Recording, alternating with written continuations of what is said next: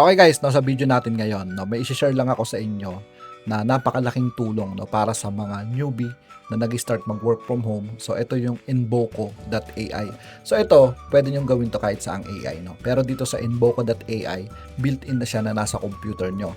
So makakagawa kayo rito ng profile, makakagawa kayo rito ng proposal letter on the spot. So tapos pwede nyo itong ipang-summarize, no, ng mga Google spreadsheet, pag-analyze ng mga file. So, pwede siyang voice command, tapos pwede rin itinatype. So, pwede rin to sa paggawa ng mga plan, no, sa pag-travel plan. So, marami siyang gamit. So, dito guys, no, step by step, tuturo ko sa inyo kung paano siya ginagamit. So, dito sa Invoco.ai, so, kiklik lang natin yung download for Mac. So, click lang natin itong nasa baba or kaya itong nasa taas dito. So, click natin siya, tapos, save natin, tapos, mag-o-open siya rito sa taas. Tapos, kiklik lang natin siya ng isang beses. Tapos, dito naman, idadrag natin siya papunta dito sa application. Yan. Tapos, close na natin siya. Tapos, punta tayo sa Finder. Punta tayo sa Applications. Tapos, hanapin natin dito yung Invoco. So, nandito siya, no? Click natin yung Invoco. Double click. Tapos, click natin yung Open. Yan. X na natin to. So, magkakreate tayo ng account, no? So, dahil may account na ako rito, magla-login na lang ako. Pero, madali lang. Login with Google lang yung gagawin nyo. So, create an account, tapos login with Google, lalagay yung email nyo. Yan, tapos click lang natin yung continue. Yan, tapos click natin dito yung always open Invoco. Yan, tapos get started. So, ito na yung pinaka homepage, no, ng Invoco app. So, ito siya, no, itong ulap na to. Yan, ito siya. So, pwede natin siya ilagay dito sa taas. Yan. Tapos, isi-set up natin yung control ng voice command. So, dito tayo sa homepage. Makikita nyo rito sa history. Dito lalabas yung mga activity na ginawa nyo dito sa Invoco.ai. So, sa playbook naman, marami kayong pwedeng gawin dito. Kagaya ng sa Slack. Kapag meron kayong group chat, magno-notify siya sa inyo. Kapag kailangan, meron kayong i-response na message. So, magno-notify siya sa inyo. So, explore natin to, no? Sa playbook, makikita nyo yung iba't ibang gamit netong Invoco. Yan. So, tapos, dito naman sa settings, pupunta tayo dito sa ilalim. Yan. Click natin tong settings. Yan. Tapos, ito na yung pinaka-account natin. So, meron tayo rito 100 na paggamit per day. Okay? Tapos, dito sa ilalim, makikita nyo rito yung early access sa beta. So, dahil nga free yung Invoco, itatagal natin tong yan, yung icon dito, no, nahaharangan ko. Yan, kiklik natin yan para ma-on ninyo.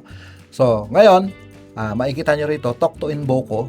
Pwedeng sa screen help. Automatic siya, no, kapag nakabukas yung spreadsheet, automatic na ina-analyze niya na yung spreadsheet.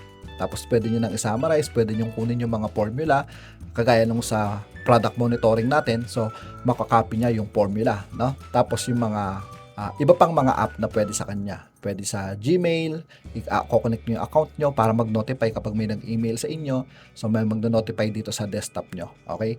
So, dito sa taas, meron tayong settings. Dito sa settings, meron siyang voice shortcut. Tapos, Invoco. Dito sa voice shortcut, pwede nating palitan yung key. So, halimbawa dito, no? Control.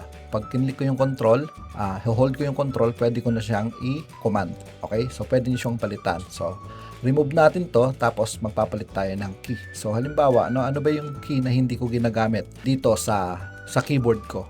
So, halimbawa, yung control. Kiklik ko yung control, tapos kiklik ko yung save. Or control, tapos number 6. Yan. Or control, F1. So, pwede yan. Kiklik natin yung save. Pag i-voice command natin siya, control, tapos F6. Okay, so susubukan na natin siya sa voice command.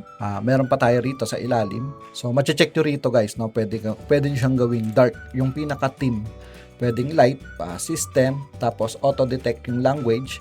Tapos dito naman, makikita nyo dito sa side na to, yung sa startup. No? Pagbukas nyo pa lang ng computer nyo, pwede nyo i-on and off to.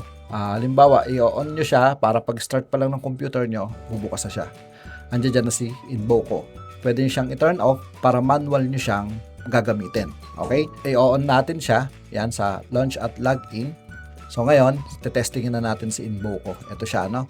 Hold ko yung control 6. Open Facebook. Yan. Tapos, i-open niya na yung Facebook. So itong ginagawa ko, sample lang to guys, no? Sample lang to ng voice command ni Invoco. So magbubukas siya ng Facebook. So ganun lang, no? Pwede niyo siyang i-command kung ano yung gusto niyo gawin. Kung gusto niyo manood ng YouTube na meron kayong specific video na papanoorin, so ganun lang yung gagawin niyo. I-voice command niyo lang siya. So ngayon, gagawin naman natin ay papaano makakagawa ng proposal letter si Invoco. So dito, pupunta tayo sa Upwork. Yan, halimbawa may nakita tayong job post, no? Itong eBay listing specialist needed. So kiklik natin 'yan. Tapos i-minimize ko muna 'to, no? Ayan, i-minimize muna natin 'yan. Kasi si Invoco, pwede natin siyang i-drag. Ayan siya, no? Ito na siya yung parang ulap na 'yan. So pwede siyang ilagay sa gilid or dito sa tabi. So para mapakita ko sa inyo.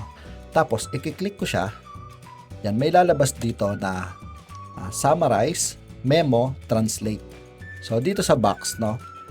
Ita-type natin, write a proposal letter to apply for this job post. Yan, tapos click natin yung enter.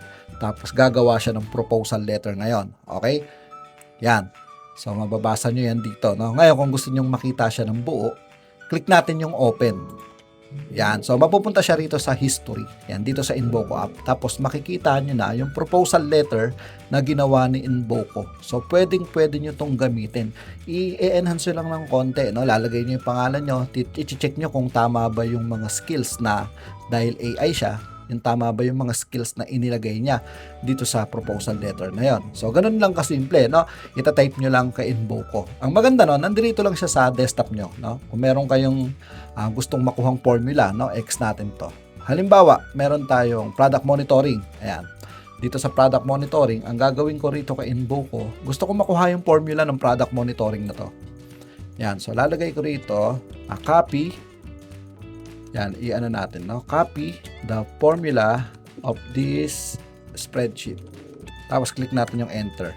So makukuha na natin yung formula ng spreadsheet na to. Ayan, oh, break even nakalagay na equal yan E2 times 0.16. Yan, makukuha na natin yung mga formula niya. So, ganun lang kadali gamitin si Invoco. Kaya, masasabi ko na malaking tulong to para sa mga nag-start pa lang sa inyo, no? So, pero pwede nyo gamitin to sa ibang mga AI, no? Para sa akin lang, maganda kay Invoco kasi nasa tabi mo lang siya, no? Ayan lang siya sa tabi mo. Lagi siyang nasa desktop mo. Yan yung gamit ng Invoco. So, pwede nyo ipang-analyze, pang-summarize ng mga ayan, kagaya nito, no? Gusto nyo i-summarize yan. Explain formula. Pwede nyong ipa-check, pa-summarize yung data. So, napakadaling gamitin ng Invoco. So, ngayon, pwede nyo siyang i-drag, ibabalik nyo siya dito sa taas.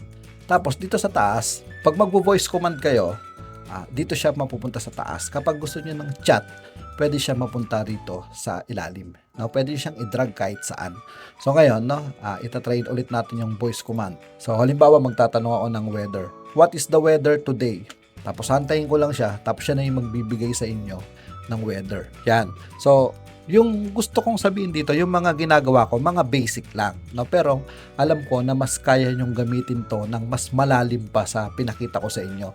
So, pinakita ko lang sa inyo ngayon na pwede kayong mag-download ng app na pwede nyo siyang ma-install na nandito lang siya sa desktop nyo. So, yan yung Invoco.ai. Okay guys, so ilalagay ko yung link sa description ng Invoco.ai. So, pwede nyo itong start gamitin sa mga naka-Mac sa inyo. Napakalaking tulong nito, no? Lalo na sa mga newbie sa inyo. Okay, so sana guys, no, nakatulong sa inyo yung video na to. So, yun lang po at maraming salamat.